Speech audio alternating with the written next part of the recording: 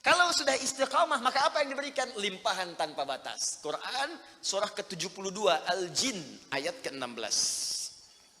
Wa allaw istaqamu, kalau kalian istiqamah ala tariqati, pada jalan manhaj yang telah aku turunkan ini, la asqainahum ma'an ghadaqa, aku akan limpahkan kepada mereka rizki yang tanpa batas. Allah utus untuk seluruh makhluk di muka bumi, dan beruntungnya beliau adalah nabi kita Muhammad sallallahu alaihi wasallam. Sempurna, dirawat oleh Allah dengan sempurna. Bahkan di antara kesempurnaannya pernah diuji dengan penyakit. Nabi Ayub sakit, minta dulu sama Allah disembuhkan. Nabi Muhammad sakit, obatnya sudah ada dalam dirinya. Nabi Muhammad, saya tunjukkan pada anda di antara kesempurnaannya supaya paham kita cara memahaminya. Nabi Muhammad pernah diuji dengan sakit mata. Orang-orang yang tidak mengerti sejarah dan tak paham hadis menilai itu sebagai aib yang melekat. Itu orang belum paham. Tapi orang-orang yang mengerti kesempurnaan keadaan Nabi Muhammad SAW, dia memahami dengan cara yang sangat luar biasa. Nabi dibawa kemudian oleh pamannya untuk berobat. Ketika datang kemudian kepada seorang tabib, yang paling menarik apa komentarnya? Dan dia mengetahui. Apa jawabannya? Kenapa engkau repot-repot carikan dokter untuk menyembuhkannya? Carikan tabib untuk mengatasi penyakitnya. Ini manusia istimewa. Obatnya sudah ada dalam dirinya sendiri. Cukup keluarkan ludahnya, oleskan di matanya, maka sembuh seketika matanya. Maka ditunjukkan langsung pada saat itu, dimintakan, coba keluarkan ludahmu. Keluar ludahnya, kemudian dilapkan di matanya, selesai dan sembuh penyakitnya. Untuk menunjukkan bahwa sempurna keadaannya. Makanya saat lahir sesuai dengan ajal, ayah sudah tidak ada. Kemudian ibu cuma sebentar wafat. Kakek cuma sebentar wafat. Paman kemudian wafat. Kenapa sesuai ajal ini wafat?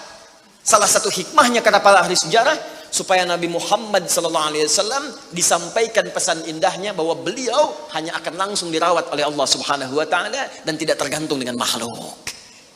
Muhammad. Coba lihat, Bapak Ibu sekalian, Nabi Musa mau berdakwah kepada Fir'aun. Berdoa dulu kan? Masih ingat doanya? Rabbi syrahli wa yassirli wahlul 'uqdatam yafqahu.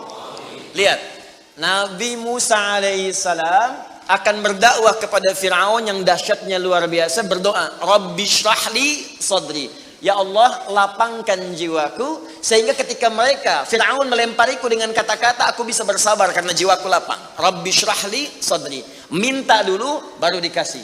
Nabi Muhammad tidak minta, langsung turun ayat, alam nashrah laka sadrak. Nabi Musa minta, Rabbi syrahli sadri, ya Allah mohon lapangkan hatiku. Nabi Muhammad gak minta, turun ayat, alam nashrah laka sadrak. Bukankah sebelum engkau minta aku sudah lapangkan hatimu? Makanya Nabi Musa dimarahi Fir'aun bisa sabar. Nabi Muhammad dilempari dengan batu, bukan kata-kata lagi, lebih sabar. Wa yassirli amri, minta ringankan urusanku. Nabi Muhammad gak minta, turun ayat, wa nuyassiruka lil yusra. Nabi Isa mukjizatnya banyak, di tangannya oles sembuh, masya Allah, banyak sekali penyakit, semuanya sembuh dengan izin Allah. Hidup yang mati, tepuk mati. Tapi berapa yang yakin dengan kenabian beliau lantas memutuskan untuk beriman kepada Allah Subhanahu wa Ta'ala? Nabi Muhammad, Allahu Akbar, cuman kalimatnya turun, Toha, yang paling keras sekalipun langsung masuk Islam. Dan itu kalimat bukan diucapkan oleh Nabi pada saat itu, cuman diajarkan kepada sahabatnya terbatas. Saudarinya Umar mengucapkan, terdengar Toha, masuk Islam. Nabi Isa udah usap-usap, udah bangunin orang dari kubur dengan izin Allah, nggak beriman juga sebagian besarnya. Nabi Muhammad SAW. Maka dari itu keluarkan tuntunan modelnya. Saya ingin, kenapa saya ungkap sedikit ini? Jangan-jangan kita bahas panjang-panjang, ini belum kita keluarkan. Coba, kan tuntunan Nabi itu banyak, dari bangun tidur sampai tidur lagi. Ya, coba keluarkan kemudian tuntunan itu. Mulai hari ini, pekan depan sepekan belajar cara bangun tidur dulu, ala Nabi. Besoknya nanti cara makan. Besoknya cara berjalan. Nanti keluarkan bab rumah tangga, bab pekerjaan, bab pemerintahan, bab sakit, bab mengobati, ada semuanya. Cari bukunya Imam Al-Bukhari ya, yang Sahih Al-Bukhari itu. Di situ terkumpul 97 bab. Tinggal kita mau memulai dari yang mana. Baik. Demikian juga dengan siddiqin, dengan syuhada, dengan solihin. Kita ikuti mereka itu, maka digolongkan dalam orang-orang yang taat kepada Allah dan Rasul. Sebelum masuk kepada kalimat selanjutnya, ghairil maghdubi alaihim waladdallin. Sebelum masuk ke sana, maka saya ingin sempurnakan dulu dengan satu kalimat. Jika sudah semua itu kita siapkan, model petunjuk dari Nabi, turunkan dari kalangan siddiqin. Siddiqin itu sederhana. Setiap Anda baca Quran, yakini, amalkan. Siddiqin tuh. Misal, saya mau baca dulu nih. Saya pengen jadi orang ikhlas, baca al-ikhlas. Misal, qul huwallahu ahad, Allahus samad, lam yalid wa lam yakul lahu. Lihat terjemahannya, lihat keterangannya, yakini itu, jangan ragu. Dan praktekkan dalam hidup. Qul huwallahu ahad, katakan hanya Allah yang esa. Sudah, berarti jangan katakan yang lain lagi. Komit dengan tauhid itu. Komit dengan keislaman kita. Jaga betul dengan baik. Allahus samad, Allah tempat bergantung. Serahkan semua urusan kepada Allah. Ada masalah, minta sama Allah, berdoa. Sakit, berdoa sama Allah. Punya persoalan, gantungkan diri kepada Allah. Ikhtiar. Itu ketika kita amalkan seperti itu, baru begitu saja, itu langsung turun sebuah keterangan dari Nabi Sallallahu Alaihi Wasallam. Jika Anda mampu mengamalkan satu surah ini saja, ini rahasia. Inilah rahasia. Ada seorang sahabat, hadisnya sahih, dikutip kemudian oleh Sayyid Qutb juga dalam kitabnya Al-Aqaid Al-Islamiyah. Syekh Muhammad Nasiruddin Al-Albani pun mensahihkan hadis ini. Ketika Nabi selesai kemudian menunaikan salat, terdengar seseorang berdoa. Perhatikan doanya. Doanya menggunakan pembuka surat Al-Ikhlas. Saking yakinnya Siddiq dengan ayat ini, dan dia mengamalkan kandungan isi surahnya, dia membuka doanya dengan surah ini. Saking yakinnya dengan surah ini. Perhatikan kalimatnya. Allahumma ushhidu bi annaka antal ahadus samad, alladzi lam yalid wa lam yulad wa lam yakul lahu kufuwan ahad. Allahumma inni as'aluka an taghfira liya.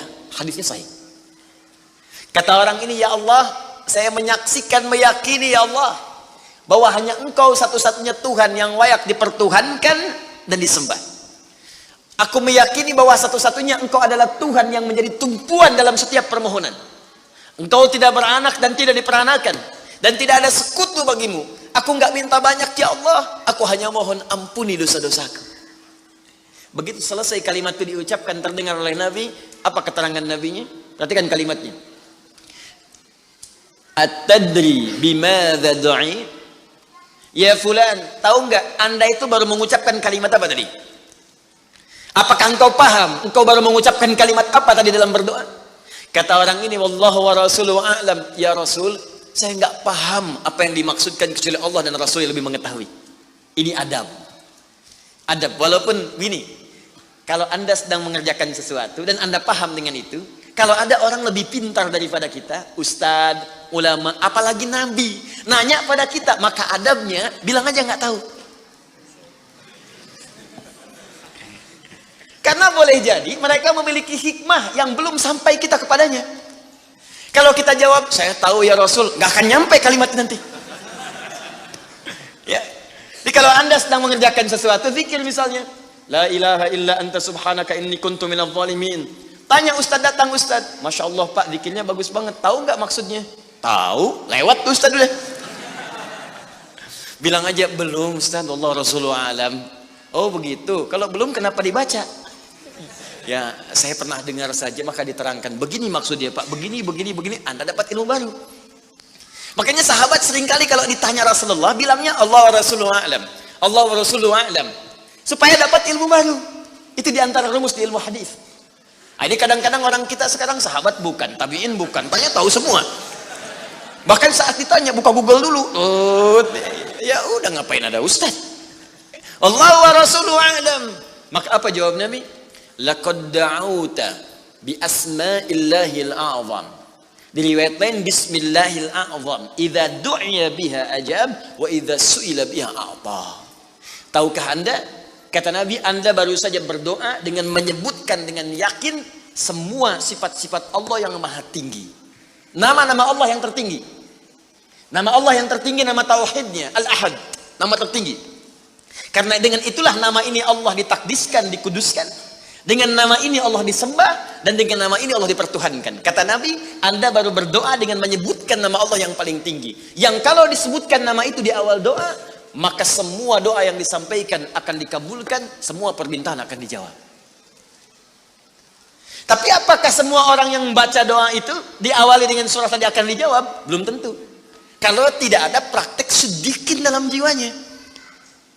Orang dulu minta dijawab, orang sekarang sama kalimatnya. Usyhadu bi annaka antallahul ahad, as-samad, alladzi lam yalid wa lam yulad wa lam yakul lahu kufuwan ahad. Ya Allah, lancarkan rezeki saya. Tetap aja lambat dari atas. Kenapa? Karena inti ayat itu tidak dipraktekkan dulu. Diyakinkan dalam jiwa kita, benarkan ayat itu, amalkan, pakai dalam doa. Jadi, dan itu buktinya. Kemudian apa ciri orang yang akan cepat kemudian dirahmati oleh Allah dengan menjadikan 4 contoh yang kemarin sebagai model? Nabi, Siddiqin, Syuhada, satu lagi Salihin, orang yang mengumpulkan amal soleh. Ingat, semua Bapak Ibu sekalian, ingat kalimat ini. Saya perlambat sedikit. Bonus yang Allah berikan kepada orang yang menjadikan 4 ini sebagai model dalam kehidupan, bonus cepatnya, maka amalan yang ia kerjakan akan mempermudah doa dia dikabulkan. Tadi saya contohkan Siddiqin kan, syuhada nggak usah ditanya, orang-orang para syuhada itu bahkan sebelum wafatnya diberikan jalan-jalan kemudahan oleh Allah. Bahkan sebelum wafat kalau benar syahidnya, itu banyak doanya yang dikabulkan. Bukankah para ulama bagian dari mujahid fisabilillah? Berapa banyak para ulama yang mengangkat tangannya dikabulkan? Imam Ahmad bin Hanbal pernah lewat, kemudian ada seorang mengatakan, Syekh, anak saya sakit, tolong doa kepada Allah. Kata Imam Ahmad, kamu ini doa-doa sendiri katanya. Imam Ahmad ingin mengajarkan, kamu kan masih punya lisan. Kamu masih punya kemudian kekuatan, minta dulu sama Allah supaya ada ikhtiar. Orang itu tiba-tiba pulang, ya dengan perasaan dia agak kecewa karena Imam Ahmad tidak mendoakannya. Ternyata ketika dia pulang, Imam Ahmad berdoa kepada Allah. Ya Allah, sembuhkan anak si fulan itu. Pulang, anaknya sembuh. Allahu Akbar. Di doa ulama itu kalau benar kealimannya, kalau benar ilmunya dan khasyahnya kepada Allah, itu hujah di lisannya. Bahkan firasatnya nyata. Kadang dikasih dalam mimpi, kadang kemudian bermohon kepada Allah tanpa diketahui. Ada. Solihin juga demikian. Bahkan turun Quran surah ke-5 ayat 35. Ya. Paling kanan sebelah bawah, ya ayyuhalladzina amanu taqullaha wabtaghu ilaihil wasilah. Hai orang-orang beriman, tingkatkan terus takwamu kepada Allah dan jadikan takwa itu sebagai wasilah untuk meminta kepada Allah dari apa yang engkau inginkan. Dan kalau Anda cari takwa di Quran, bentuknya amal soleh. Tidak pernah kalimat takwa disebutkan dalam Al-Quran kecuali pada umumnya akan menyebut amal soleh. Contoh, kalimat takwa pertama langsung disebutkan orangnya di Al-Baqarah ayat 2. Dzalikal kitabu la hudal lil. Siapa muttaqin orang takwa di sini? Sebutkan ayat 3 dan 4-nya. Alladzina yu'minuna bil ghaib wa yuqimunas. Lihat sini. Iman dulu. Iman baru kemudian salat. Masih ingat di pertemuan lalu? Sebuah amal menjadi soleh kalau didahului oleh apa? Iman. Di iman itu nggak akan dipisahkan dengan amal soleh. Ada iman, maka amal berubah jadi soleh. Dalilnya Quran surah ke-103. Walas innal insana lafi illal ladzina amanu iman wa amilis soleh. Amal soleh. Apa wujudnya amal soleh itu? Jadi rumus cepatnya begini. Iman akan melahirkan sebuah amal yang dengan sifat iman ini menjadi soleh. Kalau iman dipadukan dengan amal soleh, maka akan berubah menjadi takwa namanya. Karena itu ketika Allah menyebutkan kalimat takwa dalam Al-Quran, baik dengan kata benda, ya, noun, muttaqin, muttaqun, atau kata kerja, verb, fi'il, tattaqun, yattaqun, ittaqau, pasti setelahnya akan bertemu dengan iman dan amal saleh. Dzalikal kitabu la hudalil. Siapa muttaqin orang takwa di sini? Alladzina yu'minuna bil ghaib wa iman lis salat. Wa mimma razaqnahum infaq. dan seterusnya. Al-Baqarah 183. Ya ayyuhalladzina amanu kutiba alaikumus iman. Ya ayyuhalladzina amanu kutiba alaikumus syiyam, puasa. Kama kutiba alal ladzina min la'allakum taqwa. Jelas?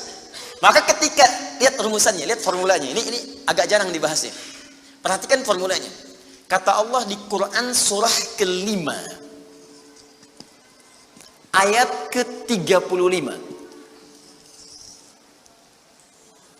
Ya ayyuhalladzina amanu. Hai orang-orang yang telah beriman. Alhamdulillah modal ini ada. Masih beriman? Alhamdulillah. Berarti modalnya sudah ada kan? Nih, yang dipanggil ini.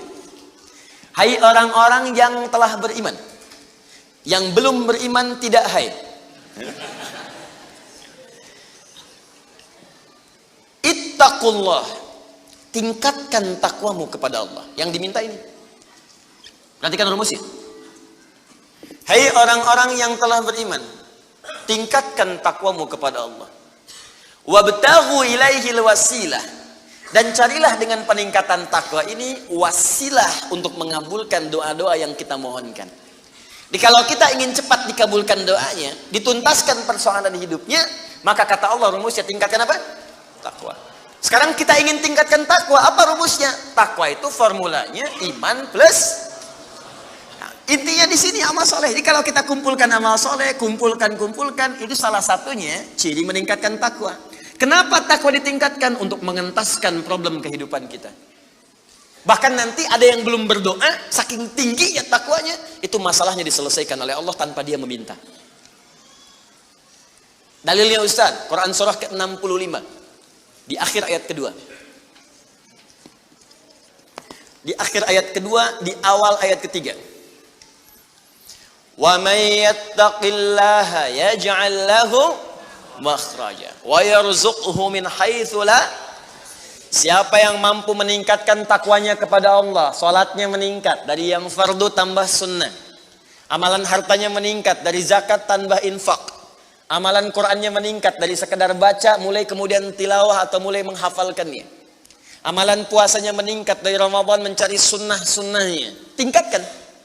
Maka pengertian persamaannya ya ja'allahu makhraja. Semakin meningkat takwanya, semakin aku tuntaskan semua persoalan kehidupannya. Jadi Bapak Ibu kayaknya nggak dapat masalah, padahal Anda tuh mengalami masalah sebetulnya.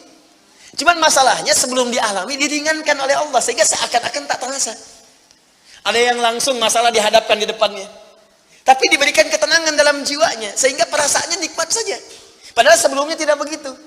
Macet, sebelumnya menghujat, kadang mencela, klakson nggak berhenti, ya, bikin status juga, langsung kasih komen negatif, ya. Jakarta kesini banjir, siapa gubernurnya misalnya? Apa solusinya? Ini begini, ini begitu. Apa solusinya? Apa ketenangan yang kita dapatkan? Tapi ada orang yang ketika dapat macet, tiba-tiba Allahu Akbar, dia cuma klik dengan satu tombol, klik keluar merotal. Alhamdulillah ya Allah, engkau kasih macet. Kalau enggak macet seperti ini, bagaimana aku kemudian mendekat kepadamu dengan mendengar merotal ini? Ternyata ketika macetnya 15 menit, hafal ayat 3 ayat. Selalu ada hikmah dalam kehidupan. Sedang zikir, ada yang berdoa, itulah yang dimaksudkan. Dientaskan persoalan, diberikan ketenangan, dan dipahamkan tentang nikmat yang diberikan. Ada orang yang minta dulu. Nah nanti orang soleh ini, solihin, itu diantara mereka bertawasul dengan amal solehnya. Ada yang sering bersolawat, tawasul dengan salawatnya. Ada yang sering infak, tawasul dengan infaknya. Bukankah kita pernah mendengar kisah yang sangat viral? Padahal masa itu belum ada media sosial. Tapi sampai kekinian sekarang. Kisah ini terjadi sangat lampau. Sampai sekarang lewat 15 abad masih viral dibukukan. Perhatikan, kalau kita ikhlas, maka semua kisah kebaikan kita akan diangkat sampai di masa yang tidak batas. Sampai terjadi hari kiamat kembali kepada Allah Subhanahu wa ta'ala. Walaupun komunikasi alatnya tidak lengkap. Pernah dengar kisah 3 orang yang sedang berjalan kemudian tiba-tiba ada hujan. Berlindung masuk ke sebuah gua. Begitu masuk di dalam gua itu kisahnya sangat populer sekali. Sampai ada di Sahih Al-Bukhari sampai sekarang sedang dikisahkan. 3 orang laki-laki sedang berjalan beraktivitas. Tiba-tiba datang hujan deras, berlindung masuk ke dalam sebuah gua. Ketika duduk di gua itu tanpa sadar batu dari atas menggelinding menutup ke dalam muka pintu gua itu. Pus, rap. Saking padatnya tidak meninggalkan celah yang cukup untuk mereka keluar. Akhirnya setelah reda berusaha untuk mendorong. 3 orang nggak sanggup. 1 lemas, yang 2 dorong makin nggak sanggup. 1 lebih lemas, 1 orang dorong ya sama betul-betul nggak sanggup. 3 aja nggak sanggup, 1 pengen dorong, nggak bisa. Akhirnya yang paham rumus ini, dari 3 orang itu, mulai berkata kepada teman yang 2, ini mustahil kita bisa kemudian tuntaskan, kecuali kita bertawasul dengan amal soleh yang pernah kita kumpulkan dalam hidup. Jika kita sudah merasa tak mampu sebagai makhluk, maka ini tanda dari Allah untuk meminta kepada Khalik. Dan disinilah kita disadarkan oleh Allah pentingnya amal soleh. Maka kalau kita sudah merasa amal soleh kita bermanfaat, bahkan bisa dipakai dalam doa, nanti akan semakin semangat amal solehnya. Itu rumus Pak Bu. Di sekarang banyak orang itu tidak mengerti kenapa mesti beramal soleh. Karena itu ketika diminta beramal, malas. Maghrib sudah sholat, begitu isya adzan, Allahu Akbar, ayo isya. Kok cepet amat, barusan udah maghrib sekarang isya lagi. Tapi kalau orang yang mengerti, Allahu Akbar, mudah-mudahan tiap menit sholat. Kata bisa minta. Minta, bukankah dalam salat itu minta? Ya, Rabbighfirli warhamni wajburni warfa'ni, permintaan semua. Dalam sujud minta lagi, minta. Selesai. Maka 3 orang itu bermohon dengan amalannya. Yang satu mengatakan, ya Allah, saya punya seorang ibu yang saya baktikan hidup saya untuk melayani beliau. Saya bekerja pulang kemudian tidak pernah saya mengambil sesuatu sebelum ibu saya dulu.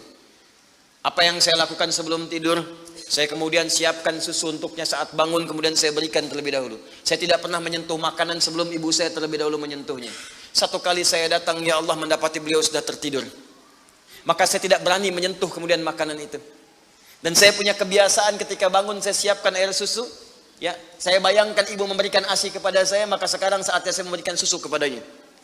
Kemudian saya tunggu di sampingnya, saya sampai ibu saya tertidur sampai bangun. Ketika dia bangun, saya tidak pernah terangkan kepadanya bahwa saya memegang nampan itu dari sejak malam sampai dia bangun. Kemudian saya tuangkan, saya minumkan kepada beliau, setelah beliau menyentuh baru saya makan. Kalau ini menjadi amal soleh yang pernah saya kerjakan, ya Allah, dan Engkau ridha dengannya, mohon bebaskan kami dari kungkungan batu ini. Yang tadinya tidak bergerak, begitu didorong bergeser. Mau keluar masih susah. Ya, ini pertanda dari Allah ingin mendengar semua amalan-amalannya supaya adil terdengar keseluruhannya. Kedua, ya Allah, saya pernah mimpin suatu perusahaan, kalau bahasa kita sekarang. Saya pernah punya bisnis, ya Allah. Kemudian ada karyawan saya, tiba kemudian pamit meninggalkan pekerjaan, tapi gajinya belum saya berikan. Lantas saya simpan gaji itu, dia tak kunjung datang. Kemudian saya berinisiatif, ya Allah, untuk menjadikan gajinya dia sebagai modal, karena khawatir kalau pulang nilainya sudah berkurang. Maka dibelikanlah oleh saya, ya Allah, kambing. Kemudian dikelola kambing itu sampai bertahun-tahun datang, kambingnya sudah penuh, ya Allah, dengan berbagai kandang, ternak sudah banyak, selapangan sudah kumpul. Begitu dia datang, saya berikan kepadanya semuanya itu, dia mengatakan, kamu bercanda ya? Gaji saya kan cuma 1 juta, kenapa dibalikin tiba-tiba ada 1000 kambing? Orang ini mengatakan, kamu bercanda? Kata orang tadi, tidak, saya tidak bercanda, tapi ini hak kamu yang saya kembalikan. Dikisahkan kisahnya, saya belikan kambing, saya jaga dengan rawat dengan baik. Lantas dia mengambil semua kambing itu, ya Allah, tanpa memberikan kepadaku sedikit pun. Makasih ya, pergi gitu kan. Masya Allah. Ya gitu, kalau Baduy itu unik gitu ya, bukan yang di sini, Arab maksudnya, ya. Unik gitu. Jadi lugu, polos, berangkat. Ya. Apa yang terjadi? Maka aku pun, ya Allah, menerima dengan berharap ridhomu saja tanpa meminta imbalan sedikit pun darinya. Dia pergi meninggalkanku, aku mengharap ridho darimu. Maka aku bermohon kepadamu, ya Rabb, kalau dengan itu kemudian engkau ridho, maka bebaskan kami dari kungkungan batu ini. Didorong, geser lagi. Perhatikan bagian yang ketiga ini. Ini tidak mudah karena termasuk bagian dari dosa besar. Meninggalkan dosa besar mendatangkan anugerah yang berlimpah tanpa batas. Ya Allah, dulu aku seorang rentenir. Wah, banyak sekarang nih. Ya, Yang benjol-benjol, yang catat-catat. Dulu aku seorang rentenir. Ya. Kemudian ya Allah, aku pinjamkan kepada orang-orang untuk mengambil bunga yang berlipat dan lebih banyak. Tapi aku mencintai seorang putri dari pamanku. Setiap aku lamar dia selalu menolak. Putrinya itu orang soleh Pak, Bu, baik. Makanya di Quran jelas orang soleh nggak akan dipertemukan dengan yang kurang baik. Tapi jangan pesimis dulu. Caranya jadi orang baik dulu, nanti akan diarahkan pada yang baik. Sabar. Datang sendiri nanti. Ya. Maka apa yang terjadi? Satu saat aku punya kesempatan karena pamannya ternyata butuh modal, aku pinjamkan. Lama dia kemudian tidak bayar-bayar sampai menggelinding hutangnya begitu banyak terkumpul. Datanglah kemudian anak gadisnya kepadaku untuk minta keringanan.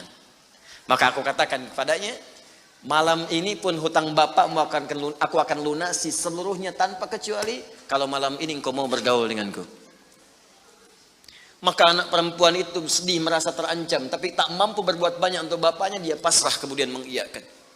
Di malam itulah sejak aku siap-siap untuk menggaulinya, tiba-tiba si gadis itu dengan fitrah lisannya mengatakan, nih kalau orang nggak pernah maksiat, ini kalimatnya itu tinggi sekali, besar, pengaruhnya banyak. Kata perempuan ini, ittaqillah, paman, bertakwalah kepada Allah.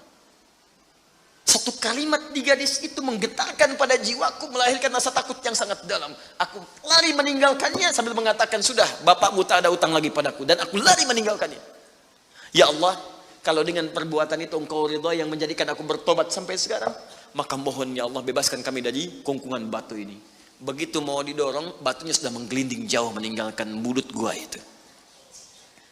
Kumpulan amal saleh yang digunakan wasilah untuk berdoa terkadang akan cepat mampu mengabulkan apa yang kita mohonkan. Apalagi kalau yang dimintakan adalah pengalaman meninggalkan perbuatan maksiat yang besar. Kadang maksiat-maksiat itu jangan diikuti. Jauhi, tinggalkan. Nanti saat butuh, minta dengan amalan itu. Itu boleh, ayatnya ada.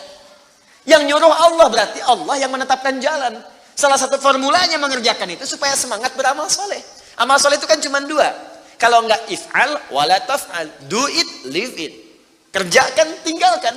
Kerjakan sholat, jauhi zina. Kerjakan kemudian infak, jauhi bohong. Kerjakan ini, tinggalkan ini. Anda cukup kerjakan, tinggalkan. Dan dengan wasilah itu minta kepada Allah. Jelas sampai sini? Nah, ini mungkin doa banyak disampaikan tapi jarang terkabulkan. Karena pengertiannya terbalik. Yang ditinggalkan dikerjakan, yang dikerjakan ditinggalkan. Terus dengan pedenya minta, ya Allah mohon kabulkan. Susah. Kenapa? Naktah sauda. Ketika berbuat maksiat mulai ada penutup, kemudian dicawan hatinya. Mulai yang ringan dulu begini. Sehingga saat cahaya akan masuk tidak tembus. Sedikit-sedikit. Allahu Akbar, Allahu Akbar. Dulu belum dengar adzan sudah ke masjid. Sekarang sudah dengar adzan masih belum semangat tuh ke masjid. Ini ada cawan nih yang ditutup. Makin keras lagi. Dulu masih nunggu qomat ke masjid. Sekarang sudah qomat mau dekat waktu sholat berikutnya gak ke masjid juga. Begini. Tapi kalau sudah begini, ini yang susah. Bahkan orang sholat pun masih disoal juga. Ngapain sholat? Tidak akan memberikan solusi. Soleh ya, ini udah begini. Sulit. Karena itu ketika memohon kepada Allah, kalau makanannya haram, perangkatnya haram, maaf, minumannya haram, pakaiannya haram, itu anna yustajabu lidzalik, kata Nabi di hadis Muslim. Maka barangkali itu penyebab doa sulit dikabulkan. Bukan Allah nggak ngabulkan, ketika diberikan nggak tembus tuh, nggak masuk. Begini cara berpikirnya.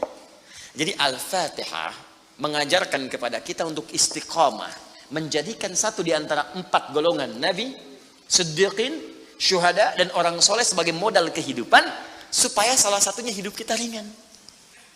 Istiqamah. Kalau sudah istiqamah, maka apa yang diberikan? Limpahan tanpa batas. Quran surah ke-72 Al-Jin ayat ke-16. Saya selesaikan dulu yang ini ya sebelum pindah.